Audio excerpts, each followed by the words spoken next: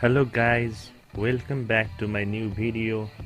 In this video I'm going to explain about how diapers are made in factories. You can see the raw materials, you can see the various raw materials which are imported from various developed countries like India, China, Canada, America and many more. And friends, this machine is very much expensive, as well as the length of the machine is 45 meter long, and the production capacity of the machine is from 200 to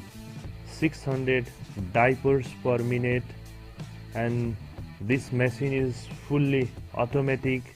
and we can run this machine in a manual way